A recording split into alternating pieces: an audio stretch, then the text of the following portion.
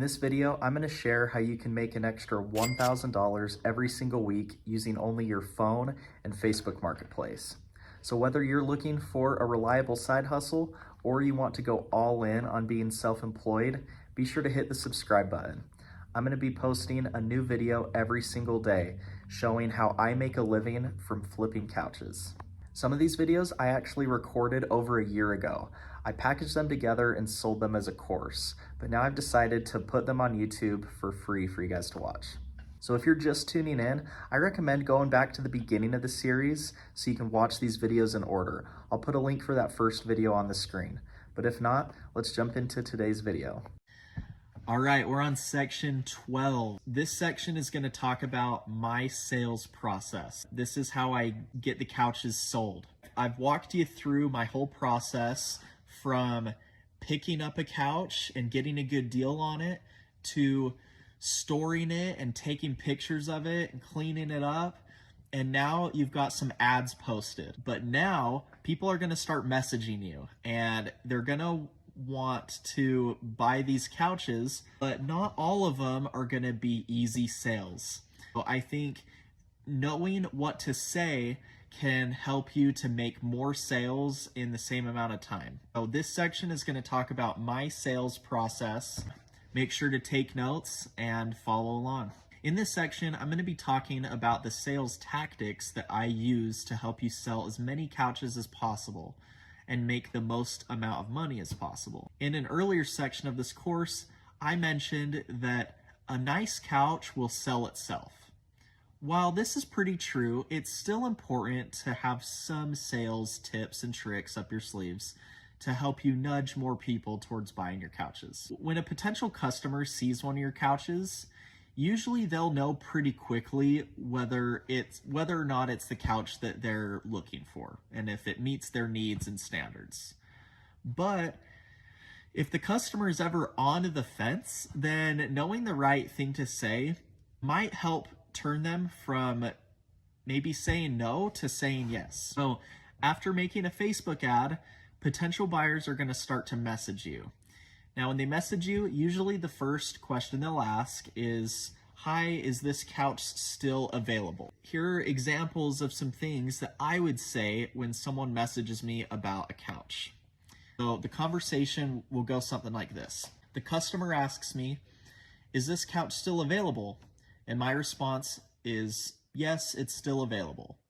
Then immediately after responding, I would ask them a question, because you want to get a conversation going.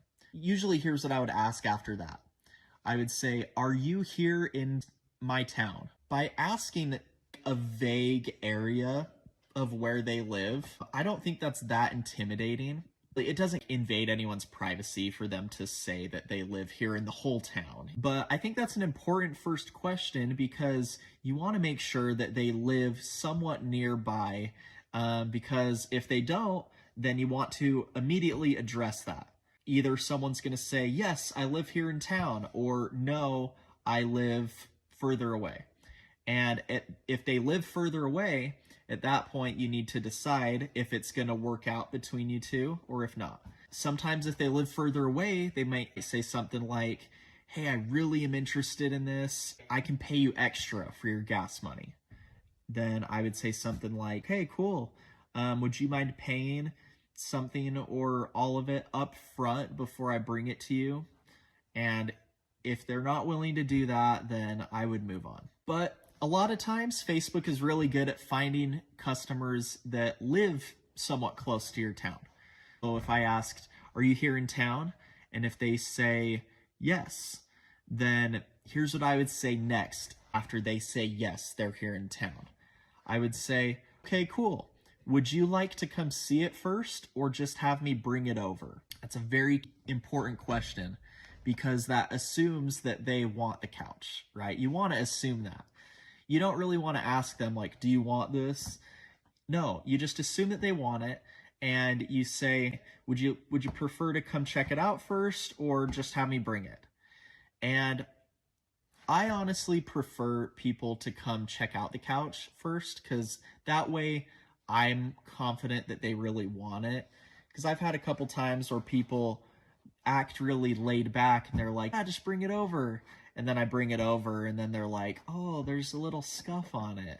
I'm like, it's used. And a lot of times though, people will say, I would prefer to come look at it first. If that's what they say, then immediately after that, I would reply saying, sounds good, here's where it's at. And I would give them the address of where I'm keeping the couch. And then immediately after that, I would say, what's the soonest you could come look at it? By telling the customer the exact address of where you keep the couches, they'll be able to go and Google where it is and then determine how soon they could come. And then when you ask them how soon they could come, I would try to meet up with them as soon as they are available. If you're not flipping couches full-time, you probably have other things that you have to do. You probably have another job. You might have friends or family you spend time with. But if someone wants to come see a couch and they want to come now, I would try as hard as I can to go right now, as long as I know that the couch is ready. If the couch has a couple little tweaks that you need to make to it, then I would try and say, hey, could you come in like a couple hours? And I would hurry and go to my storage unit, spruce up the couch, and be there waiting for them. But I guess the whole point of this is you want to hurry and get a conversation going. You want to ask questions to the customer. You want to ask good questions that are going to get them to give you answers that help move you guys toward the sale. As a recap, some of the key questions that I ask when they ask, is this couch still available? I would say, yes, it is. Do you live here in town? That's a good question. If they say yes, another key question is, hey, cool. Would you like to come see it first or just have me bring it over? And then if they want to come see it, or if they want to come, if they want to have you deliver it, I would try and deliver it to them ASAP. I would just say, hey, what's the soonest I could bring it over? And if they say right now, I would do everything in your power to go and bring it over right then. Part of sales is just being quick, because you want to capitalize on the customer's excitement about the couch. You want to capitalize on the customer's excitement about the couch, because if they come and check it out in person and they say, hey, I really like this couch, I'll take it, then you want to say, all right, can I bring it over now? You want to keep moving things along, because you want to leave as little bit of time as possible for them to change their mind or go a different direction. Because I'll be honest, I've had times where someone says, hey, I like this couch, I'll take it. And then I wait a couple of days to take it to their house, and then I end up regretting it, because sometimes they'll end up texting me, hey, I ended up finding something different for a better deal or whatever. The point is, if you do things really quickly, like if you cater to their needs and you're just really quick and decisive with them, then they're not going to have time to research other alternatives. They're just going to go along with your deal because you're solving a problem for them. You're helping them to get a couch. That's a sample of a conversation I would have with somebody. Ultimately, you want to get them to the point where they either come and check out the couch or they tell you that they just want you to bring it over. And either direction's a great direction, right? It means they're really serious. If they're willing to drive out to your storage unit and come see a couch, then they're pretty serious. I would take that seriously. You always want to be moving the conversation closer to the sale, and then to try and just be available when the customer's available.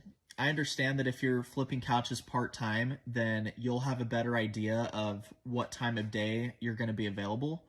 But the point is to try and meet up with them as soon as you're both available. Because if they're excited about the couch, you don't want to let a ton of time pass and let that excitement fade for them. You also want to try and be as accommodating as possible. So if a customer wants to meet at a certain time to look at the couch, just do your best to make it happen. If a customer likes 90% of the couch, but there's one little flaw with the couch that they get hung up on, then tell the customer, hey, I can fix that. I can make sure to have that fixed by the time I bring it over. If there's a little rip on the couch or if there's a little stain, just say, hey, I can get rid of that.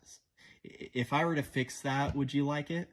Or if they get hung up on the price, then try and be accommodating and try to give them a deal. Basically just try and capitalize on their excitement. So once you get a potential customer to agree to come to your storage units, you've already won half the battle. Because even if they don't end up liking that specific couch that they come to look at, now they're at your storage unit. You have all these other couches too that you could try and sell them on. You can be flexible with the price. You can offer to do extra fixes on the couch. You remind them that you give free delivery. And pretty soon, all these values and benefits are stacking up to the point where the customer might end up taking the deal. Usually when people see the couch in person and they sit on it, they'll know pretty quick if it's something that they might want or not. But if anyone is on the fence, make sure to refine your sales skills and to get more confident so that way you can close more deals. In this next section, I'm going to talk about the do's and don'ts of showing people your couches. I'm going to talk about all of the possible objections that people could throw at you, so you are going to be prepared to know how to handle them. So that way it doesn't get in the way of the sale. You can still be ready to close the sale. And I'm also going to add some tips for creating urgency around the sale, so that way the customer can make a deal with you and make it fast, and ways for you to also add value to your customers.